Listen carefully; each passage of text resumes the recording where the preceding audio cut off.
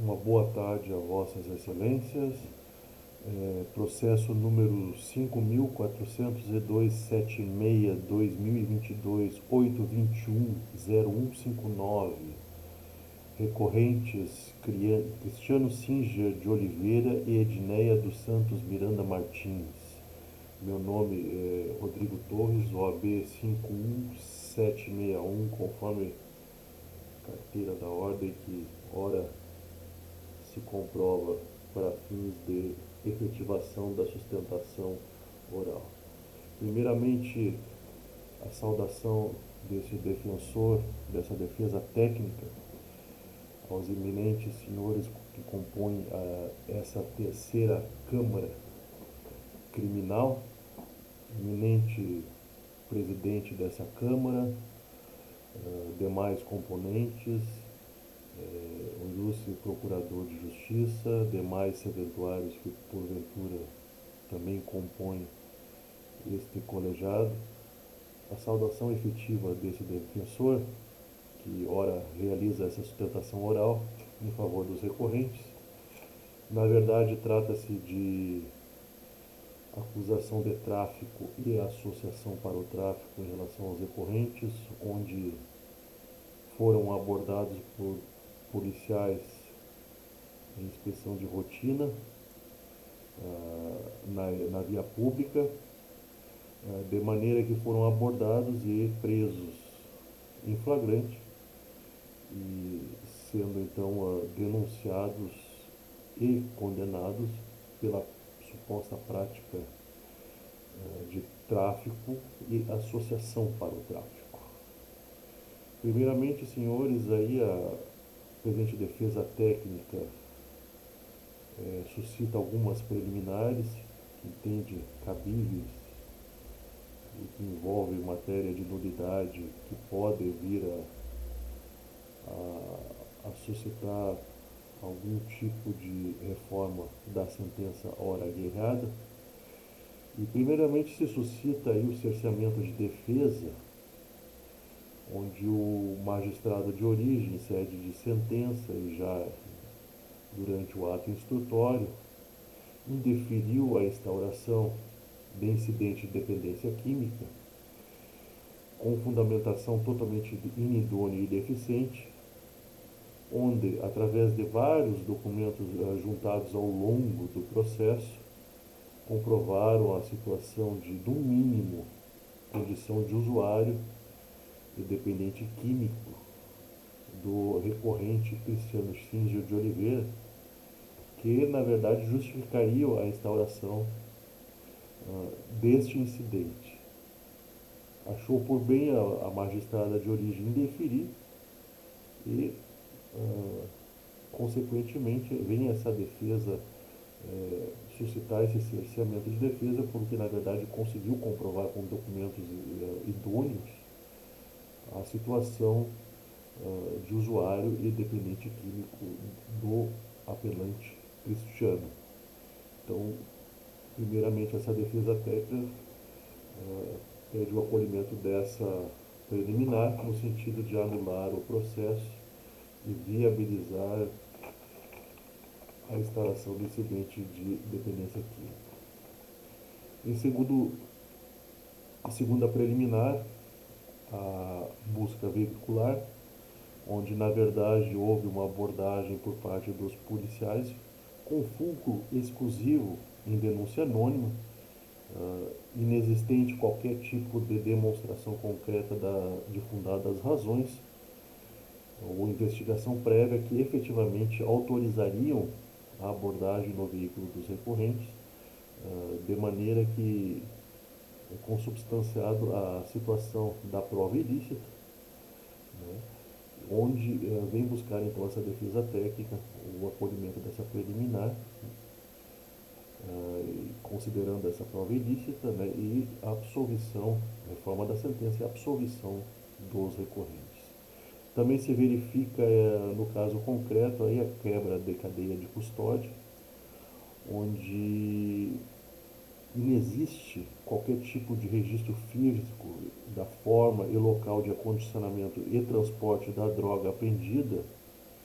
e a própria natureza do recipiente da amostra de substância que foi enviado ao laboratório pericial.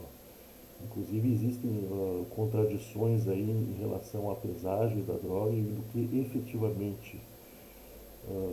foi apreendido em termos de quantidade de droga, de maneira que o laudo, inclusive definitivo, que foi juntado 16 de 2 de 2022, foi muito tempo depois do ocorrido da apreensão da droga. E por isso, então, caracterizado a quebra de custódia, a quebra da cadeia de custódia, devendo ser afastada essa prova e absolvidos os recorrentes. No que tange propriamente ao mérito da questão, em relação à recorrente Edneia, o que se visualiza nos autos aí é o total desconhecimento da droga que foi apreendida no veículo, tal fato, além de corroborado pelo próprio interrogatório do Correl Cristiano. Um dos policiais, inclusive, Ângelo de Freitas, confirmou essa situação que na ocasião efetivamente poderia efetivamente considerar que a ré efetivamente não tinha conhecimento da droga apreendida, que foi apreendida no veículo. Ela também não ostenta absolutamente nenhum histórico criminal, nenhuma investigação prévia apontando o nome dela como atuante no mundo do tráfico, de maneira que, em função do princípio da presunção da inocência e inexistindo qualquer tipo de prova concreta demonstrando sua participação no mundo do tráfico, a defesa técnica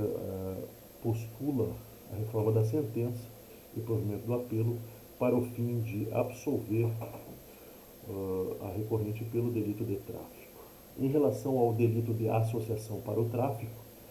o que se demonstra nos autos é a total falta de demonstração de prova concreta de que os recorrentes atuavam efetivamente para fins de tráfico de forma estável,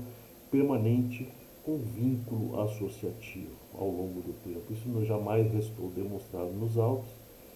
e de maneira que pacificado tanto nesse colegiado, né, como nos tribunais superiores, que a mera associação eventual, como no caso concreto, não se consubstancia em fator para justificar a aplicação do artigo 35. E, para fins de caracterização do artigo 35, o caráter permanente e estável é imprescindível para a configuração da associação para o tráfico, de maneira que a presente defesa postula a reforma da sentença e o provimento do apelo, no sentido de absolver os recorrentes em relação à acusação da associação para o tráfico. Em relação propriamente à dosimetria, regime de cumprimento de pena, no que tange a pena base fixada ao recorrente Cristiano, tanto para fins de tráfico, acusação de tráfico, como para associação para o tráfico, se mostraram exageradamente fixadas acima do mínimo legal, onde o que se observa, na verdade, o fundamento do juízo sentenciante são justificativas totalmente inidôneas, ou que fazem parte do próprio tipo penal para justificar essa exasperação. Em se tratando de recorrente primário, onde a vinculação de um antecedente, inclusive, de forma totalmente inidônea, uma vez que o antecedente invocado tem mais de 10 anos, e superando, inclusive, aí o período depurador de 5 anos, todos os outros fundamentos e situações que envolvem a pena base são favoráveis ao recorrente, de maneira que se postula a reforma da sentença no sentido de diminuir essa pena fixada acima do mínimo legal e consubstanciando aí na situação de primariedade que permaneça no mínimo legal.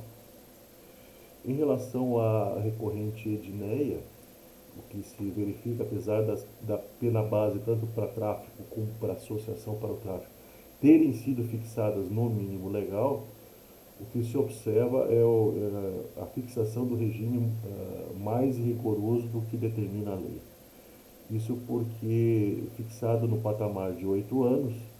o regime a ser fixado, considerando a sua condição de primária, seria o regime semiaberto, consoante se verifica no artigo 33, parágrafo 2º, a linha B, e não existe qualquer fundamento concreto no sentido de justificar a fixação em regime mais rigoroso, conforme fixado pelo juízo de origem em sede de sentença. Então, nesse caso, postula-se a reforma da sentença e fixação em relação à recorrente Edneia,